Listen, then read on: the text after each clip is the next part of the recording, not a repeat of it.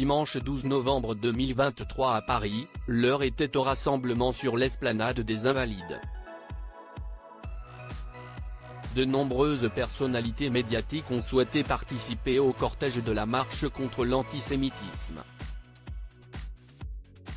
La foule était nombreuse et compacte dimanche 12 novembre 2023 à Paris. Plus de 100 000 personnes ont défilé dans la capitale contre l'antisémitisme, et des dizaines de milliers d'autres partout en France, indique la. Les politiques étaient sans surprise nombreux, en tête on pouvait voir Nicolas Sarkozy accompagné de Carla Bruni Sarkozy, ou encore François Hollande, sans Julie Gaillet présente au Salon du Livre de Brive. Même si les divisions ont été palpables et les absences remarquées, plusieurs personnalités des médias et du divertissement ont également choisi de manifester pour afficher leur soutien face à la recrudescence des actes antisémites depuis l'attaque du Hamas contre Israël le 7 octobre dernier, comme le montrent les photos de notre diaporama.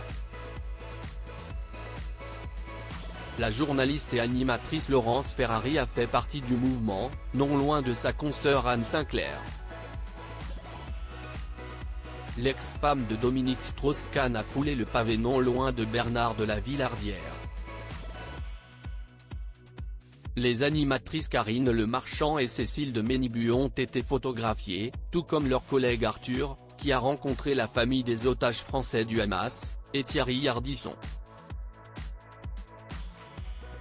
Les écrivains Marek Alter et Bernard-Henri Lévy s'ajoutent à la liste des présents.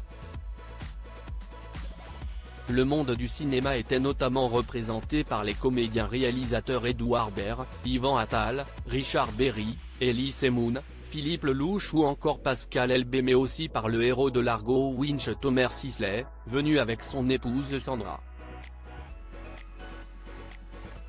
Un mouvement qui a démarré depuis l'esplanade des Invalides, mais dans lequel on ne verra pas toutefois Nathalie Portman, annoncée un peu plus tôt par les médias comme présente. Les absents de la marche contre l'antisémitisme remarqués. Les absents ont été montrés du doigt, le leader du mouvement insoumis Jean-Luc Mélenchon ainsi que le président de la République Emmanuel Macron. Ce dernier a toutefois notifié son soutien à la marche sur Twitter, « Une France où nos concitoyens juifs ont peur n'est pas la France. Une France où des Français ont peur en raison de leur religion ou de leur origine n'est pas la France ». Le président s'est aussi adressé aux Français samedi soir, par le biais d'une lettre dans le journal Le Parisien. Il y a déploré l'insupportable résurgence d'un antisémitisme débridé. Une France où nos concitoyens juifs ont peur n'est pas la France, en lançant un appel à l'unité du pays derrière son universalisme.